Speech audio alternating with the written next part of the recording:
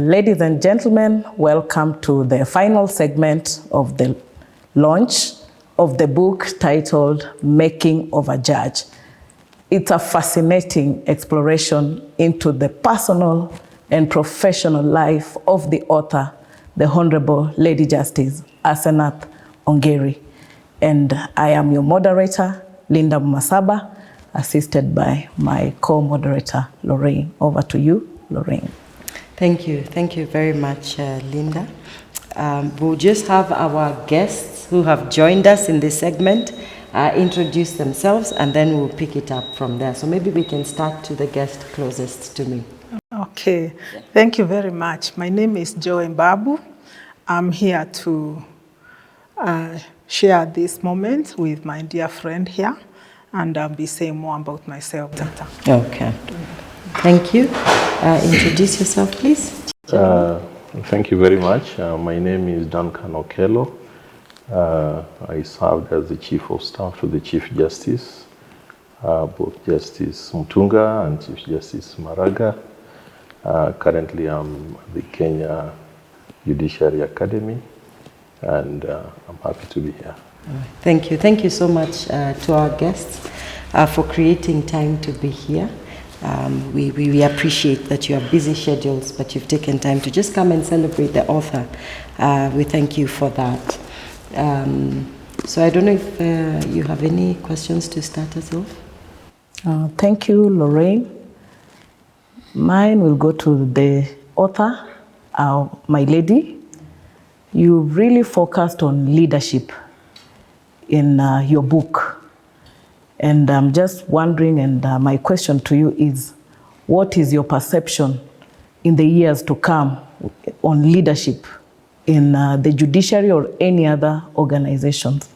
What is your perception on leadership?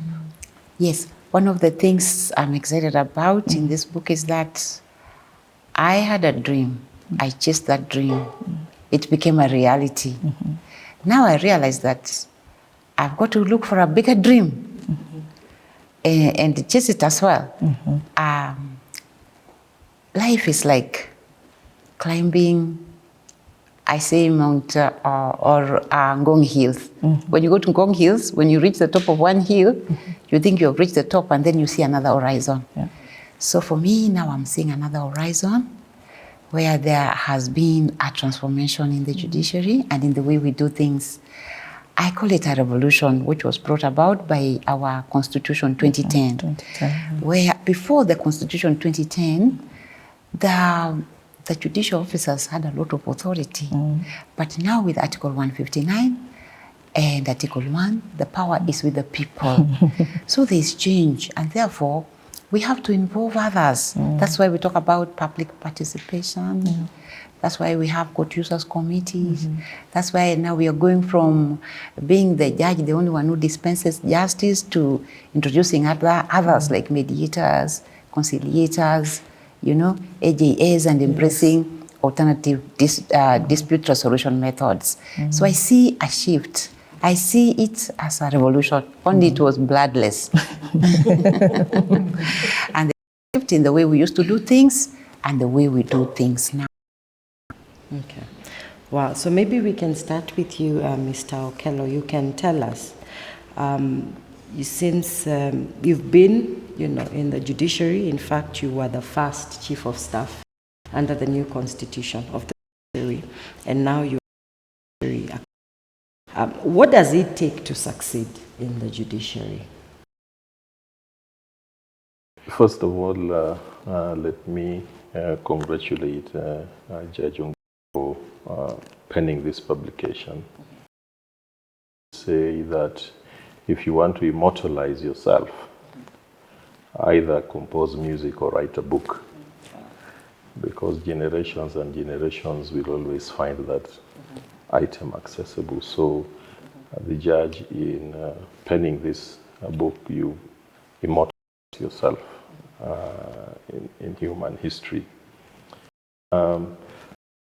To your question, I think the book is more to success in life beyond the judiciary itself. And I think the lessons from the book that I see are numerous. One, you need excellence to succeed in life, and even within the judiciary. Reading the judge's story and background, and the barriers that she had to face and overcome in order to reach this level. It tells you one thing, that if you are a victim of prejudice, gender, race, culture, tribe, you need to be excellent to succeed. Average is not enough. So victims of prejudice of whatever category need to embody a certain and appreciate and exhibit a certain level of exceptionalism for them to rise. And I think that is the story that Justice Ongeri's life embodies. For her to overcome all this intersectionality of barriers, she had to have a certain excellent spirit that is uncommon, and it flows through the book. Thank you. There's something you've touched on about the ability to overcome the challenges that come. Maybe you can tell us, in your view, and maybe also through the lens of the book, how do you manage challenges and barriers? I think, first of all, you need to have clarity of ambition. What you aspire to should be very clear in your mind. And the judge was very clear from very early on that the apogee of my career will be judgeship and nothing else. And secondly, she exhibited the second point of determination and grit. Just keep going. You'll have waves and reversals, but you have to keep going at every turn and stage. And thirdly, barriers are only overcome if they are confronted. So we should not recoil when we face barriers. Oh, I can't do this because I'm so and so, society is against me, this gender is against me, and so and so, and so on and so forth. The overcoming of barriers only happens when they are confronted. And in that confrontation, there'll be success, but there'll also be scars. Yeah. Thank you. Thank you so much for those pointers. Viewers, I hope you're taking notes, because I've taken a couple of points that I will definitely be looking to implement in my own life. So please make sure you're taking notes. Remember, we are at the launch of The Making of a Judge, and you can still get a copy of the book, even though it's a virtual launch. So you can get a copy at Textbook Center, or you can check at the website. It's called knowledgefortransformation.com. So make sure you get yourself a copy. Now, maybe Dr. Mbabu, let me come to you as well. You've heard what our other guest, Mr. Okello, has talked about, overcoming barriers, succeeding, excellence. Add your voice. What do you think it takes to succeed for a woman at this particular point in time? Thank you very much. Let me go a little backwards and say how I met this girl. Let me call her that, because we started off as girls way back, like slightly over 40 years ago at the pre-university National Youth Service. Wow. And then immediately after that, we joined college, University of Nairobi, and studied law together. So I have had the privilege of knowing her for a long time. We were small girls then. Now we are older women. We are almost matriarchs, I would say. So through that journey, I have known Asenath quite well, I must say. One of the things I know about her is the use of what I would call soft power. She's full of humility. simplicity, humanity, and generosity, and a very humanistic spirit, if I may put it that way. When I or you interact with Janj, you wouldn't actually know easily that she's a Janj, because she will interact with you at a very humane level, and she will impact her knowledge, her skills, her wisdom in a storytelling manner. She loves telling stories, and she has impacted many, many people far beyond the judiciary. So I'm so privileged and actually very proud to be seated here at the launch of her book, because it's a culmination of a journey through the barriers that you've talked about. She came from Kisii village, I came from Meru village. We met village girls in college. You shouldn't have seen how we were dressed then, and how shy we were, and how we were ready to conquer, like he put it. It wasn't easy to get that far from the village, first of all. And so the city, I tell you, the city was quite daunting, you know, and yet we knew it's not over. We are just beginning a new horizon where the barriers are not yet over. I'll tell you, even men used to run away from us, even young men, because they were so afraid of these soon-to-be lawyers. How would it be like, for example, to marry a lawyer or a judge for that matter in the coming years? So it was quite intimidating for us. We were fearful. We were unsure about where we were going. But I think what kept us going, and particularly for her, what kept her really going, I would say, was her deep faith in God. She has been a beacon of hope as well for many people. And we looked up to her to pray for us. In class, she used to do that, and you know she still does that. She's one of the judges who will take time and pray anywhere, anytime, and just say, let's invoke God into this meeting, which is a very peculiar thing to do, but also something that takes courage to do. So Asenath hasn't been the normal judge, I would say. She has exceeded her role, her expectations, because of the way she has put it. She's able to connect. She's not doing justice for the sake of justice, but she's thinking about transformation, transforming lives, transforming mindsets, helping everyone get to their destination, even those from, underprivileged communities, villages, and so forth, to show you can actually make it. And she's an epitome of one who has made it through, those ups and downs that she elaborates in the book. And so I really have in full trust and confidence in the book and everything she says in there, that it's actually based on personal experience, and therefore it's a book I would recommend to any young person, especially, who is looking into, setting out and getting higher and higher into the horizons. Thank you. Wow, thank you. What a long, beautiful history with the author. I'm just curious, and maybe this question I can ask Mr. Okello. There's a very close-knit, I think, connection between the author's faith and her profession.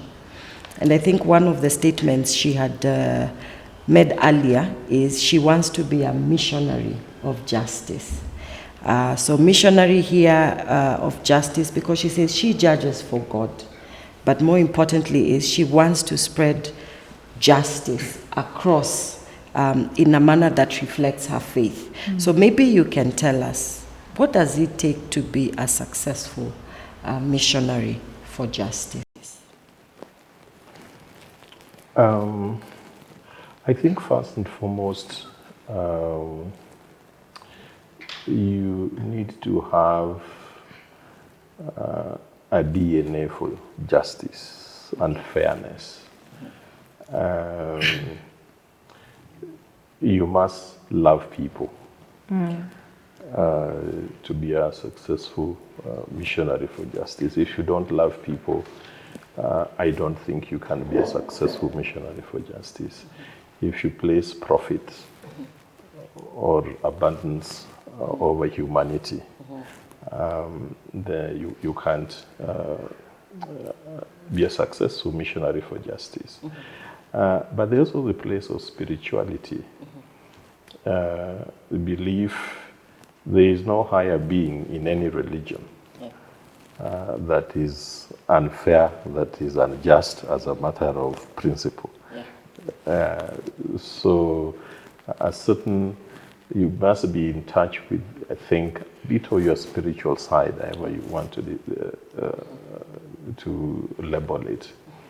And I think reading the Judges book, you see those two elements satisfied. Is a very strong spiritual side, but she also has a DNA for justice and love for people. And it begins at the beginning of the book, where she demonstrates in that primary school with Atieno, and it's something she demonstrates in many other cases in the rest of the book, an eye for injustice and a courage to do something about it. So you must have a discerning eye, and you must also have the courage to live your values. And it is interesting when you read the book, this is the impact it had on me. I said, you see this discrimination against Atieno or somebody else, you are in an environment where there's abuse of power. You know, sometimes we think of abuse of power only in political terms, but there's societal abuse of power, where power is concentrated or is held maybe because of many people believe in a certain thing in a certain place. That's power, numerical power. And there are many instances where there are financial power, political power, personal power, cultural power. And I think the whole idea about justice is to take on power when it is being abused. And that's what I see in the book. And the bench by design, the judiciary by design in democracies, is counter-majoritarian. Yeah? The judiciary did not just uphold that which the majority wants, but it must validate minority rights. And I see Judge Ongeri in those instances being a judiciary even then by being counter-majoritarian. You are discriminating against these individuals because of who they are. No, you are not going to do that when I'm here. So it looks like from the beginning, a judge was made. Wow, wow. Well, what a powerful statement that was. From the beginning, the judge was made. Yeah. Now, maybe just to follow on that question is because there are many challenges that judicial officers face. She has mentioned some in the book, but what would be your message perhaps to somebody who is reading that book and says, I also want to be like Justice Ongeri? Because she has given her personal story, but you have sat at a point where you are able to have an overview of the judiciary, you know, as chief of staff. So what would be your message to somebody who says, I want one day to have my own book with my own story, but I want to be able to get there? What would be your message to such a person? I think probably just to expand it a little. First, I would, just from that book, it is evidence of the fact that we should never be permanent victims of our own history and circumstance. Let us not, and this is mainly for young people, do not invoke your disadvantage as a permanent excuse not to achieve. If the judge wanted to perpetually play victim, should have given up a long time ago. So I think that's the first thing. History and circumstance, especially when they are negative, should not necessarily determine outcome and fate. Then number two is success in life is not a superhighway. If you read the book, the twists and turns in the judge's career and the difficulties at certain points were circumstances that would have broken anyone. But she didn't allow that to happen. So sometimes when we see the glitter of this, on the cover of this book, and we see this successful High Court judge, we don't price open and see what has it taken to get there. So success is not about, it's not, as I said, a superhighway. It is just determination and grit. There'll be disappointments along the way, but you pick yourself up, dust yourself up, and move on. That's the second point that I want to make. And then thirdly, again, just based on stories in the book, accidents of history can also be opportunities for history. So there are many accidental encounters, both literal and metaphorical. You happen to be with a teacher in this school, not you are doing, that was accidental. But that act had such significant impact on the judge's life and philosophy of life that it's amazing, but it was just accidental. So an accident of history became an opportunity for history. The accident itself, now the motor vehicle accident itself, again became an opportunity for making history. She had many other accidents in the court, Kikuyu, in Tana River and Lamu. And those accidents, both for her and the litigants in court, ended up being opportunities for history, even for those litigants who suddenly got their freedom, because by act of accident, they happened to have had this humane judge in Turkana. A different judge may have reached a different outcome. So let's not take random contacts or encounters we have with people for granted. Sometimes it is a command from higher up to make humanity better. I'm not sure I answered your question. No, you have, and I just hope our viewers are really taking note, because you've made some very, very important points there. I think my key takeaway just from what you've said now is do not invoke your disadvantage, or history as an excuse. Okay, very, very interesting, and let's take note. Okay, so back to you, Dr. Mbabu. What do you see perhaps as the next phase? You've known Judge since you were young village girl. What do you see as maybe the next steps? There's something so important that Judge said, and she used the symbol of the Gong Hills, where I actually come from and live.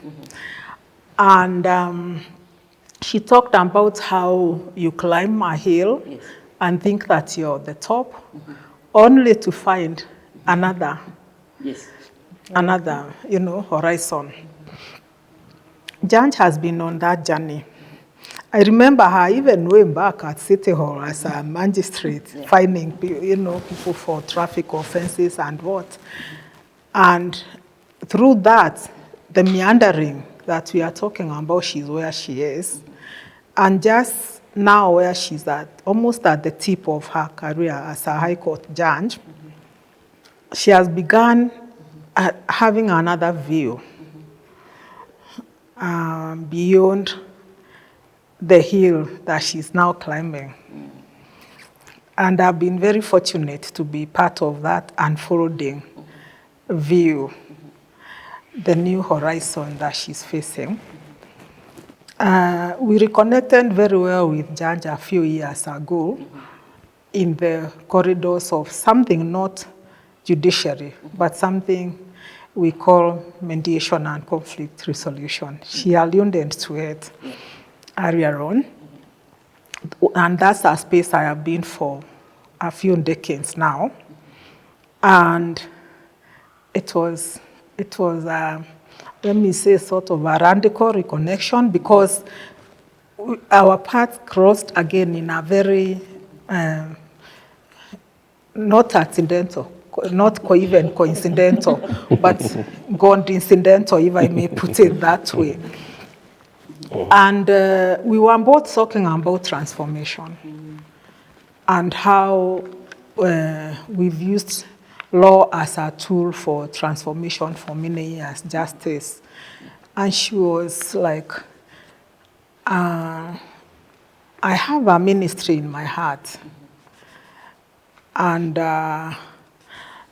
this is the ministry of reconciliation.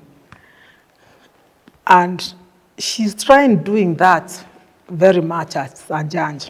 And I commend you for that, my friend, because she calls me and gives me stories of how she has actually managed to make litigants to mediate and resolve disputes and go home, happy, shake hands, and rebuild their relationships. That's the side of the coin of justice that we call peace. So when peace and justice converge, reconciliation happens. So the judge is at the tip of her career as a judge, and she's coming again from this other direction as a peacemaker, especially from her faith perspective, because I know that's what she's been doing at the church and in the community. And that's now converging into a reconciliator. And allow me to say that when we speak, she tells me, my friend, don't call me judge, call me mediator. And then her middle name is her pet name, Nyaboke. So she says, call me mediator Nyaboke. And I say, call me mediator Kagweria. So the village girls have teamed again. And here we are again, seeking to transform our communities through the Ministry of Reconciliation. That's the horizon that the judge is seeing. And I'm holding her hand since as her sister. I've been on that journey. And she's ahead of me in many ways, because she has had tremendous experience in her career as a judge and navigated lots of, hills and mountains and valleys and so forth. So she brings a wealth of experience as a judge, and then the faith perspective that we earlier talked about, the calling, where her career has moved to a space where she can actually say, it's her ministry, and that's why I think she calls herself a missionary, because she's on a mission to transform. And I like it that it's also converging with the place where the judiciary right now is talking about social transformation through access to justice. So she's at the right place also at the right time, where her calling is converging so well with the vision that the judiciary has to not just offer justice for the sake of it, but justice for the sake of transformation, social transformation, transformation of lives and mindsets, so that we can have a better Kenya, a better people, a better world. So I'm very excited for the judge, very, very much. So, yeah. Thank you. So I don't know if you have any more questions. Thank you, Lorraine. Just to add on what Mr. Okello and Ms. Babu have said, the judge's DNA when it comes to ADR is on another level, mediation and AJS. I remember when, Judge, you reported to the Civil Division, you told me that you want to train the judicial staff on mediation, and I was wondering, how are they coming in? So maybe, Judge, where is the place of, where do you see the judiciary in the next 5 years in terms of ADR? What is your message to the lawyers? Because many a times you find the lawyers are not embracing mediation. What is your comment on that? From my personal perspective, Yes.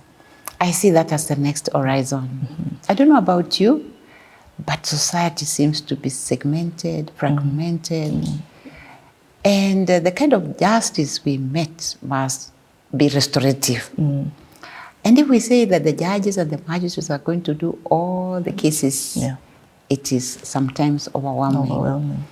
I am excited about Article 159 of the Constitution, which gives us the principles to embrace when delivering justice. And they say, here are the principles.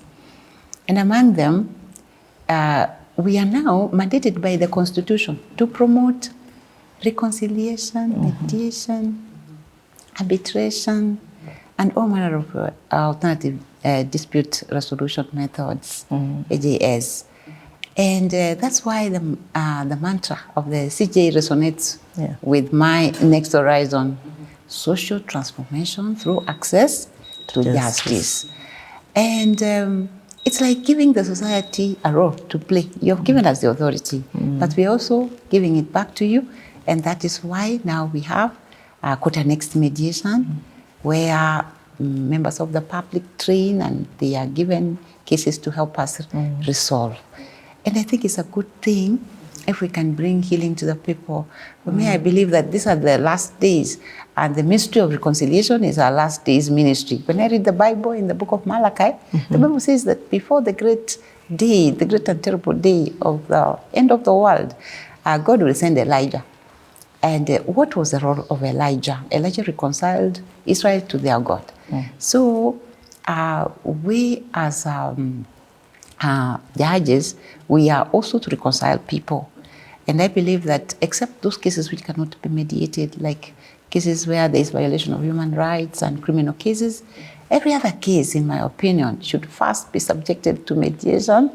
And only the very hard nuts to crack should now go through the court process. So I'm excited about it, and I call myself an ambassador of mediation. Of course, self-appointed. Nobody appointed me. What about the defamation cases? Have you managed to have them? Oh, yes. I talked about one, which was actually a 2005 case, where the plaintiff was an elderly man living in the UK.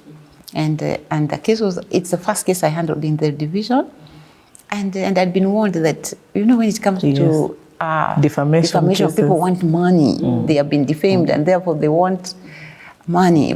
But I decided, and so the case had been allocated to me for 2 days. And you know, when cases have many litigants and many advocates, it's very difficult sometimes to get everybody together. So the first day, I was told one of the in the Supreme Court. And so I had to wait until 3 o'clock. When everybody finally logged in, there was another issue, because now we are doing it virtually and the documents are bulky, and I had to get them to access the CTS to look at the documents. So we said, okay, tomorrow we are starting this case at 8. We have 2 days to do this case. But before we logged out, I decided to preach mediation. So I decided to talk about mediation and how it is good and how people who have been hurting for years can get their healing. And then I remember the litigant from UK is saying, if we start at 8, it's too early here in the UK. I okay. said, no, let the lawyers log in at 8. When we are ready, I give time allocation, and then you will log in. We do this. So the following morning, I woke up going to finish one of the oldest cases in the division. Only for the lawyer for the plaintiff to tell me something wonderful. He said, Judge, there has been a new development. My client has never heard about mediation. And he has instructed me to ask you to refer this matter to mediation. Wow. And one of the defendants was also a very elderly Kenyan lawyer, and he was also said, I am also hurting. So I realized that mediation is the way to go. It is the future. And it doesn't matter the case, even defamation cases can be mediated. And so it's one of the success stories because it brought back a positive feedback. The case was settled. And I've written that as one of the success stories for mediation. I believe that these are the last days, society is fragmented, and mediation is the way to go. When we resolve cases through mediation, people walk away as friends, and the case, their dispute has been resolved, and there's healing. Yeah. The adversarial system which we embraced is not very helpful. It hurts. It takes long. So mediation takes only 60 days. And I've seen cases where people come back after 2 weeks and they have recorded a settlement and people go away healed and smiling. So I believe that is our new horizon. I believe AJS is the way to go and to ask the people to help them. Yes. The judge has said something that has triggered a thought in my mind. Just two things. And if I forget the second one, remind me what was the second thing, and I remember what it is. Okay. The people-centric nature of Judge Ongeri is something that, as we said, is very self-evident. And even in this panel, her first response to the question about leadership was to pivot back to the people. Article 159 and judicial authority being derived from the people. And for the years that I've worked with her, I've observed that at some point she served briefly in the Office of the Chief Justice, the Office of the Ombudsperson, which was also just trying to make judiciary accountable. And she was at ease with that. Bring the judiciary closer to the people and making it accessible.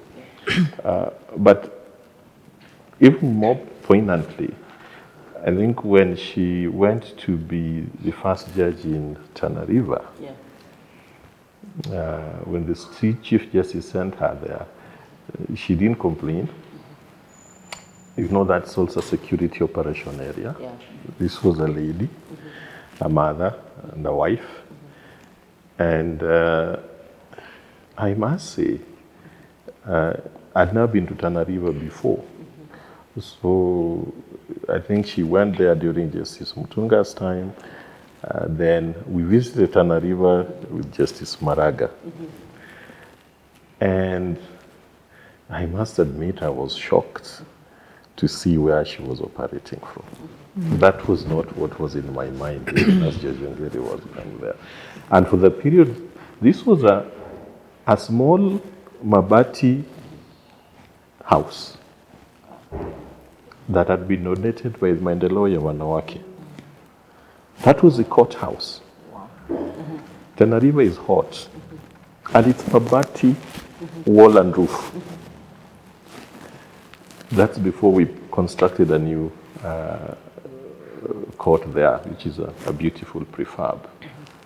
So when I went there, I said, wow, there must be something so deep about Justice Ongeri to have served here without complaints, because judiciary tends to, yes, we know it.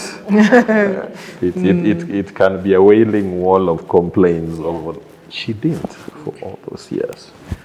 So that struck me that, wow, you've been here for this year. I've never had a thing of complaint about how quote unquote inhabitable this facility is. So it speaks to her belief in service, missionary for justice, belief in humanity. And I've never told her that. That's something I really want to applaud. And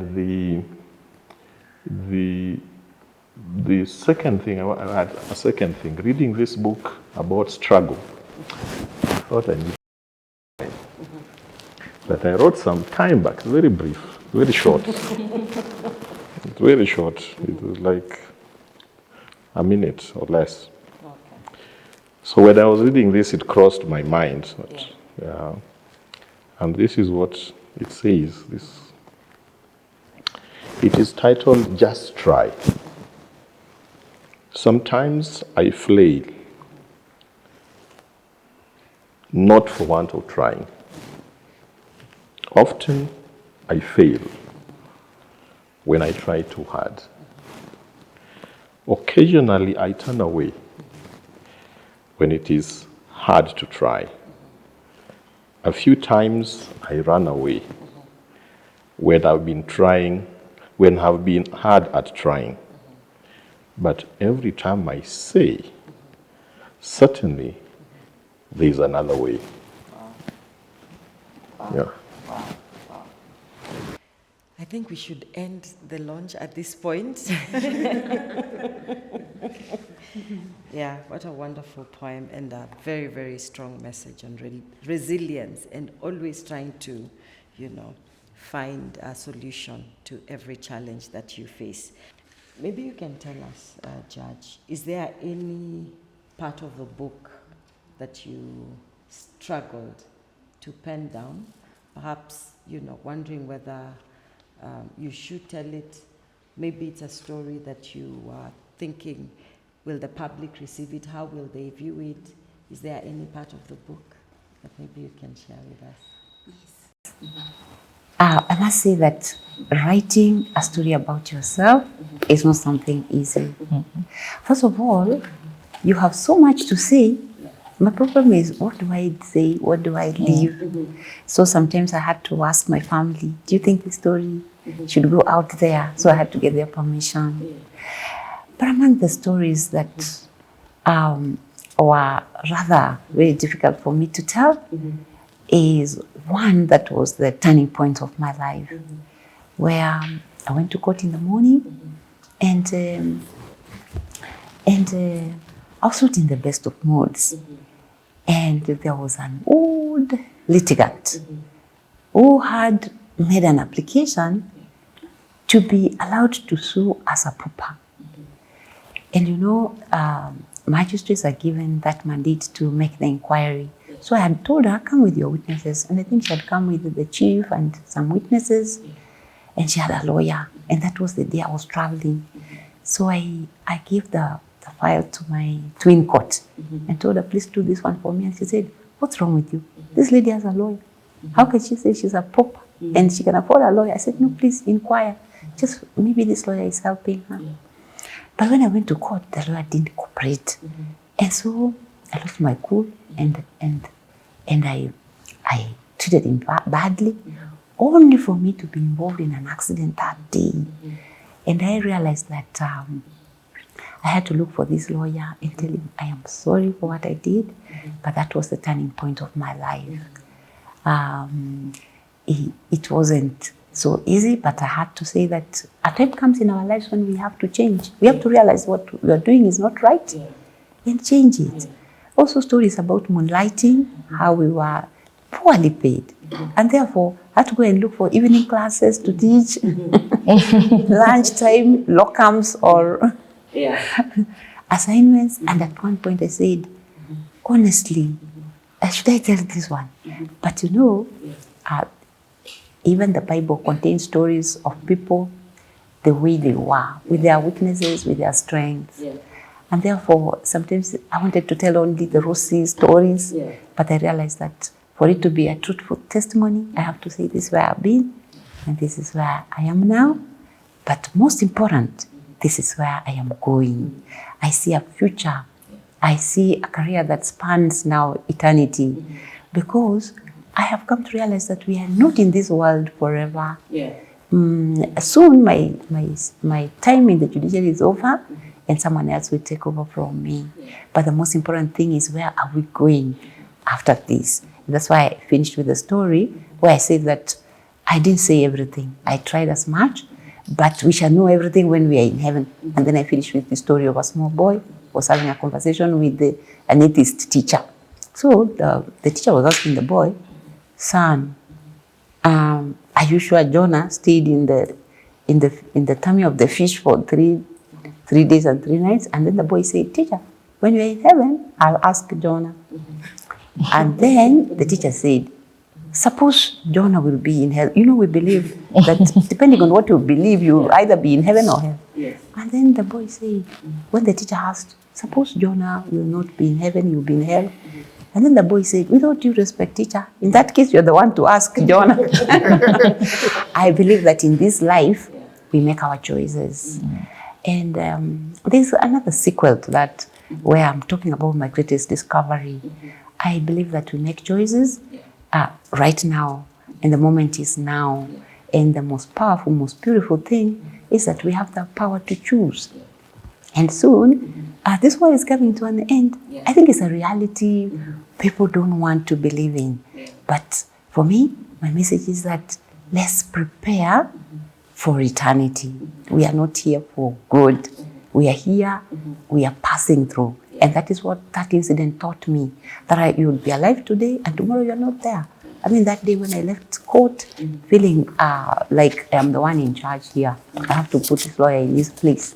I ended up having a lesson that transformed me. And now I'm preaching to everyone, let's walk humbly before God. We are not perfect, but let's do our best. Let's trust in God. It's only faith that can give us victory in this life. Wow, wow, wow. Beautiful, beautiful. So viewers, we are coming to the end of this particular segment. So we'll just take maybe parting shots. What is your message to our viewers? Maybe in about a minute. Yeah, I start first by congratulating the judge for this very important book, The Making of a Judge.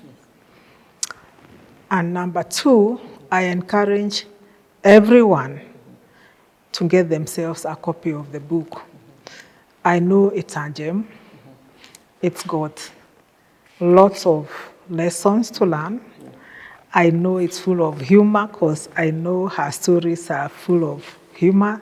I've read a bit of it, and I know it will be worth your value, even much more. So please grab yourself a copy. And congratulations, Judge, my friend, for this major achievement, major milestone in your life. Thank you. Thank you, Dr. Babu. Maybe Mr. Okello, you can give us your parting shot as well.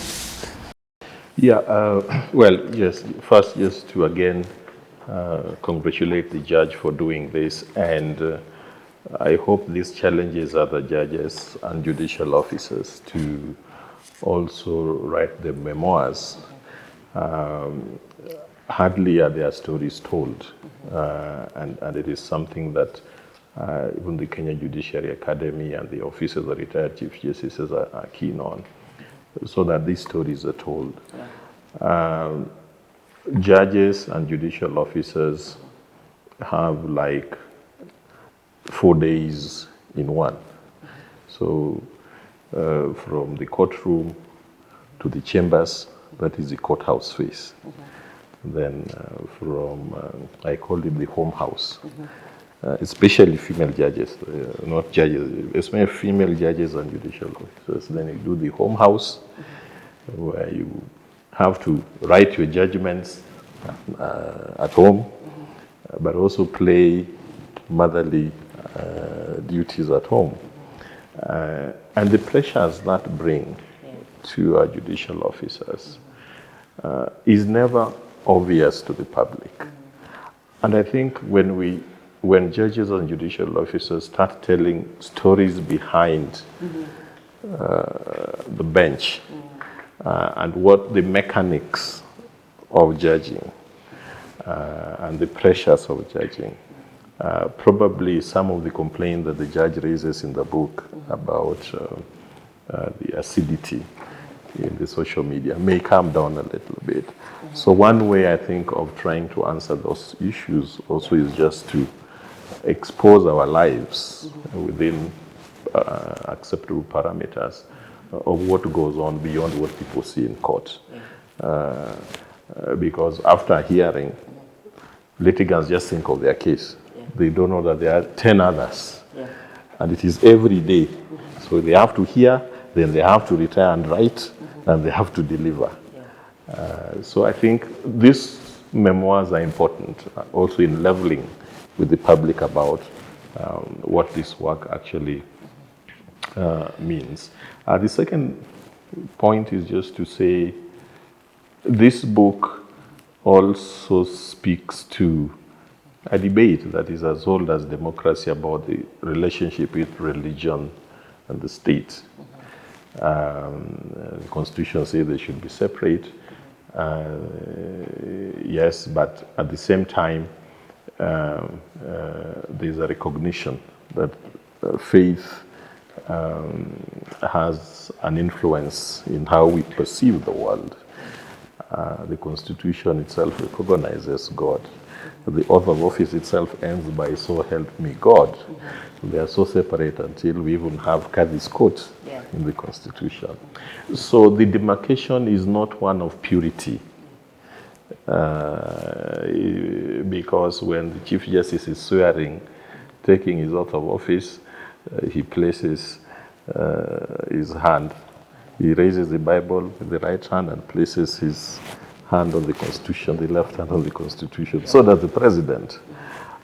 So I don't think there is, there is an inherent contradiction.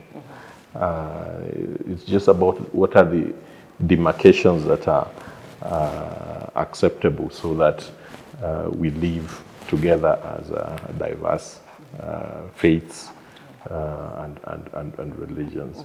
Otherwise, thank you, Judge. This is a very welcome addition to the body of knowledge around the judiciary, and I just want to congratulate you for making it happen. Thank you. So I don't know if you have any parting shot or anything you want the judge to tell us before we end the show. Thank you, Lorraine. Mine is to ask you, Judge, I've read your book and I know it's going to benefit so many people, judicial officers, the judges, lawyers, and any wisdom seeker. But according to you, who will benefit the most in your book, and how is it going to transform the legal industry as a whole, and the perception?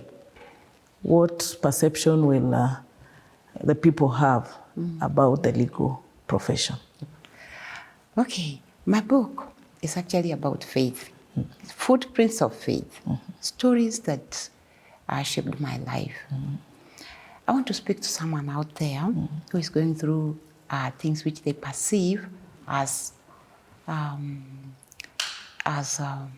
disadvantages or adversities or suffering.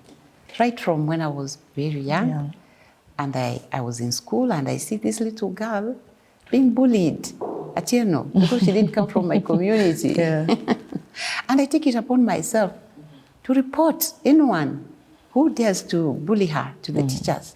Little did I know that God was opening doors for me to one day become a judge of the High Court of Kenya and defend the rights of other people.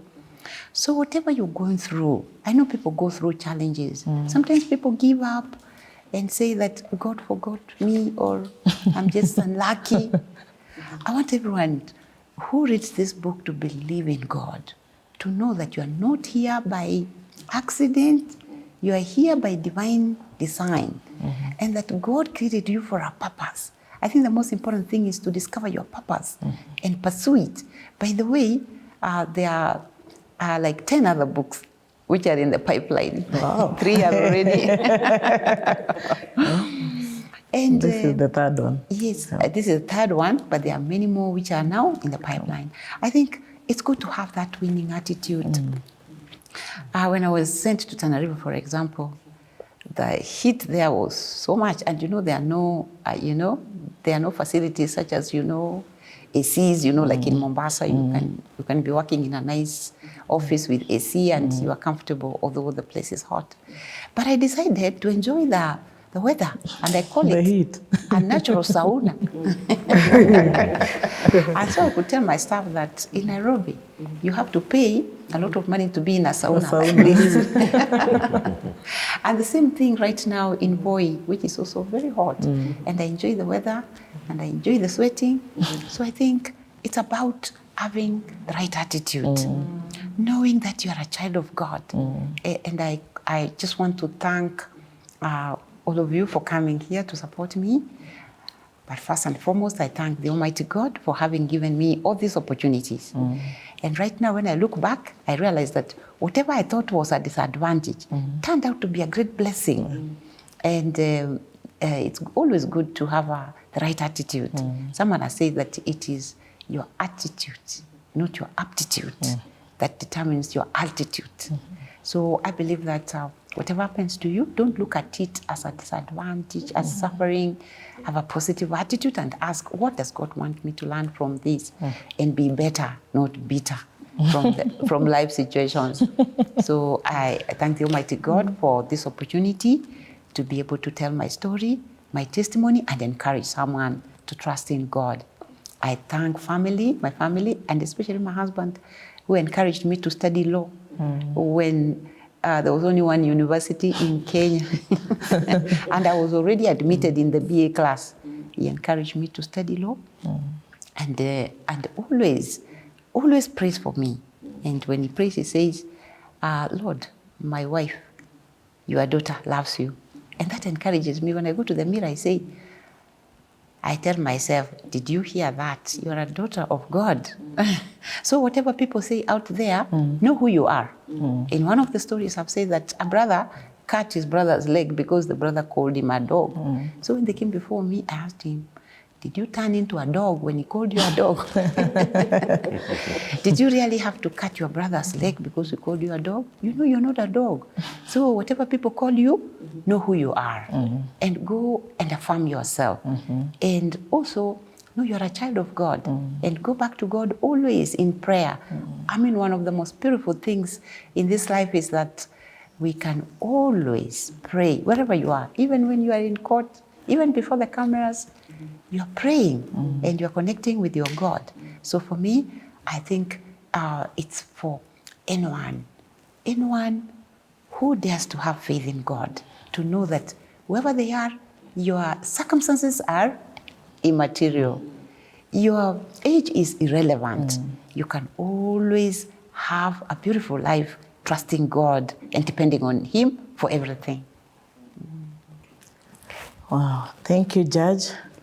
We need to trust in God. Be better, not bitter. Over to you, Lorraine.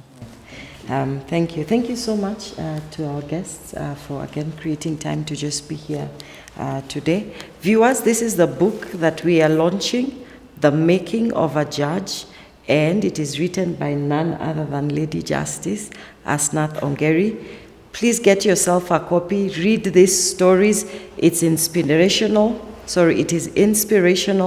and it is a book that you must have if you want to make it, because it is one that will show you how you can navigate the difficult, milestones and hurdles that come your way. It's a book that will help you in a humorous way, in certain instances, to be able to know how you can tackle some of the challenges that come your way. But most importantly, it teaches you how to anchor yourself in God and in your faith so that you can make it. So please get yourself a copy, Textbook Center or knowledgefortransformation.com, knowledgefortransformation.com. You'll be able to get your copy. Thank you so much for staying with us all this time. And I hope that we can continue to interact on our social media platforms.